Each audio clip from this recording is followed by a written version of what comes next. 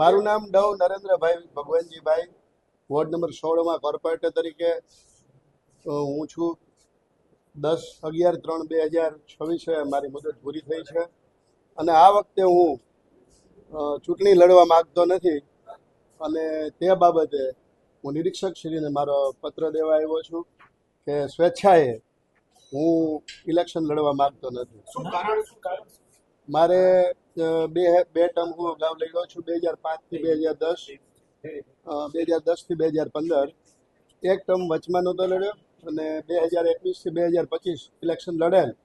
એટલે 3 ટર્મ પાર્ટીએ મને ટિકિટ આપી છે, તો મને સંતોષ છે અને હવે જેને ટિકિટ આપશે એના માટે હું પાર્ટીનું કામ કરીશ.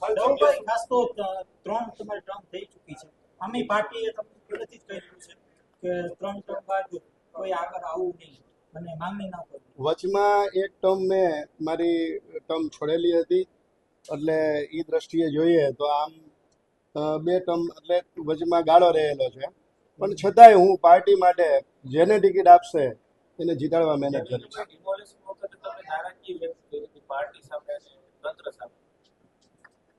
એ બધું સરકારી તંત્રની વાત છે, એ બાબતે અત્યારે હું કઈ ચર્ચા કરવા માંગતો નથી. મિત્રો, તમે બેડી આગળથી ત્યાંથી ડિમોલેશનની શરૂઆત કરો જંગલેશ્વરમાંથી, આ તમારા શબ્દો હતા. એ હું બોલેલો જ હતો અને કરવું જોઈએ. બંને બાજુ આવવું જોઈએ. જે આજી રિવરફ્રન્ટ છે એ બંને બાજુ થવું જોઈએ. એક બાજુ થવાથી એ અમુક લોકોને અન્યાય છે. બંને બાજુ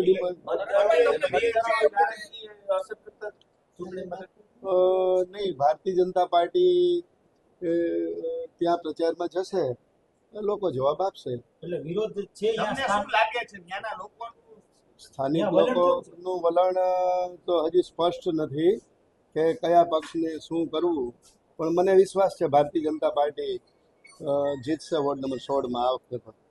તમે એમ બોલ્યા કે સ્થાનિકો જવાબ આપશે, નારાજગી લાગે છે? નહીં, મારે સોરઠિયાવાડી ચોકથી મારો વોર્ડ શરૂ થાય, રિંગ રોડ સુધી આવે. એમાં જે 22 સોસાયટીઓ છે અને સમગ્ર પટ્ટામાં અમારી કામગીરી બોલે છે. અત્યારે પણ વિકાસ ચાલુ છે. નંદાહોલથી સરદાર પટેલના દવાખાના પાસે જે રોડ છે એ ટીપીનો રોડ ખુલ્લો કર્યો છે અને ત્યાં પાકો રોડ છે. ગાર્ડન પણ ખૂબ સારો હરિઓમ વિદ્યાલય પાસે છે. ખાસ જંગલેશ્વર વિસ્તાર ને અહીંયા ડિમોલિશન થયું છે, તો એ તમારે યોગ્ય છે? કારણ કે તમે રજૂઆત કરી તોય છતાંય થયું છે ડિમોલિશન. જ્યાં ટાઉન પ્લાનિંગ ની જે સ્કીમ નીકળી હોય એ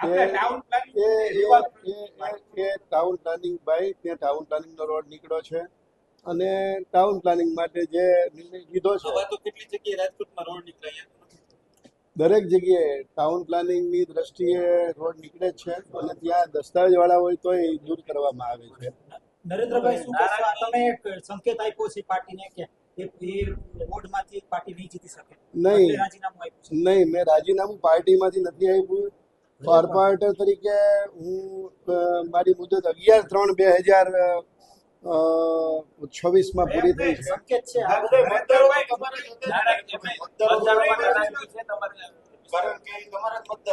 મતદારો છે એ